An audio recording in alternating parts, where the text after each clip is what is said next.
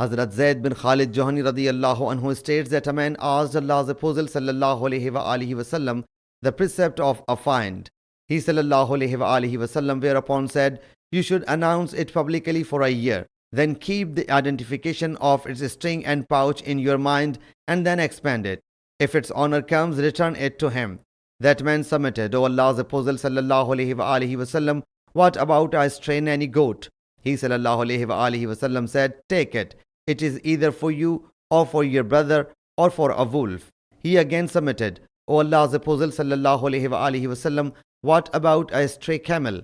Hearing it, Allah's Apostle sallallahu alayhi wa alihi wasallam got extremely angry and even his cheeks became red, or his face got red. He sallallahu alayhi wa alihi wasallam then said, what have you to do with a camel? It has its shoes and water container along with it until its owner will find it. Sahih Muslim Hadith number 4474.